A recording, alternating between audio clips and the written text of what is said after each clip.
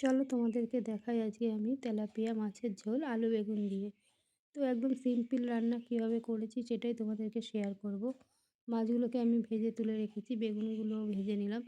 দেখো আমার বেগুনগুলো একপাশে একটু বেশি পোড়া পোড়া হয়ে গেছে, একটু অন্য কাজে ব্যস্ত ছিলাম। তো বেগুনগুলোকে ভেজে আমি তুলে রাখবো, তারপরে আমি গরম তেলে কালো জিরে ফোড়ন দেবো। আলু বেগুন দিয়ে যদি ঝোল করো, কালো জিরে ফোড়ন দিলে টেস্টটা একটু বেশি ভালো হয়। তো আলুগুলোকে আমি ভালো করে লাল লাল করে ভেজে নেবো। তারপরে আমি যে মশলা করে রেখেছি একদম সিম্পলভাবে করবো, তোমাদের আগেই বলেছি।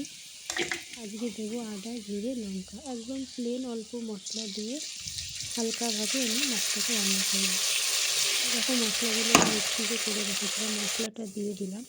একটু হলুদ, লবণ আর লঙ্কার গুঁড়ো দিয়ে খুব সুন্দর করে মশলাটাকে আমি কষিয়ে দেবো।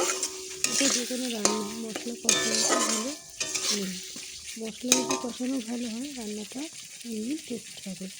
তো খুব সুন্দর করে মশলা কষিয়ে আমি পরিমাণ মতো জল দিয়ে দিলাম।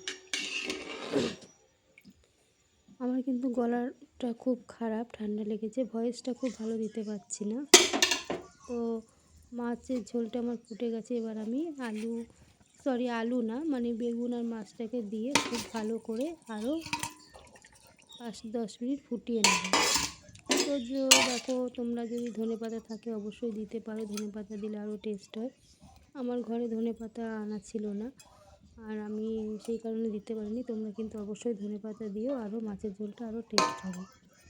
আর আমি আমার নতুন চ্যানেল, তোমরা প্লিজ সাবস্ক্রাইবার করো, পাশে থেকো, অবশ্যই আমাকে পাশে পাবে। তো আমার মাছের ঝোলটা কথা বলতে বলতে দেখো প্রায় হয়েই এসছে, আমি এবার নামিয়ে ফেলবো।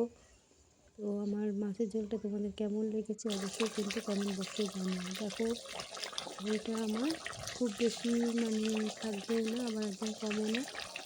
আর একটু ফুটানোর পরে আমার মাছের ঝোলটা পুরো কমপ্লিট হয়ে গেল। তো কেমন হয়েছে তোমরা অবশ্যই কমেন্ট করো, ভালোবাসা দিও, পাশে থেকো, ভালোবাসা অবশ্যই পাবে।